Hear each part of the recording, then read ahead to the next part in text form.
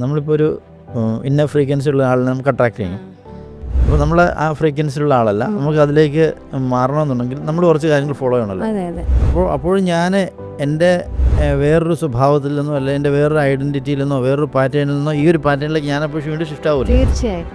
അപ്പോൾ ഇതിലേതാണ് എൻ്റെ ഒറിജിനൽ ഞാൻ അങ്ങനെ ഫൈൻഡ് ചെയ്യും. അല്ല, നമ്മൾ അങ്ങനെ ഒരു പേഴ്സൺ ആകാൻ ആഗ്രഹിക്കില്ല. ആ ഒരാൾ നമ്മുടെ കൂടെ വേണമെങ്കിൽ നമ്മൾ ആ വൈബ്രേഷനിലേക്ക് എത്തിയേ പറ്റൂ. എൻ്റെ ക്വസ്റ്റ്യൻ അതായത് ഒരാളെ ഇഷ്ടപ്പെടുന്നു, ആ ഒരു ഫ്രീക്വൻസിയിലേക്ക് നമ്മൾ മാറണം. ഇപ്പോഴത്തെ ഞാൻ എൻ്റെ ഐഡന്റിറ്റി മാറ്റി വെച്ചിട്ടാണല്ലോ.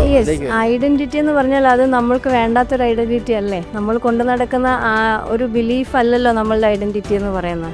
ഞാനൊരു റിലേഷൻഷിപ്പിലേക്ക് കടന്നാൽ ഞാൻ ഹർട്ടാകും. അതല്ല നമ്മളെന്ന് പറയുന്ന വ്യക്തി. അതല്ലല്ലോ, അത് നമ്മുടെ ബിലീഫ് മാത്രമാണ്. ആ ബിലീഫിനെ നമ്മളുടെ ഐഡന്റിറ്റി ആയിട്ട് നമ്മൾ തെറ്റിദ്ധരിക്കുക.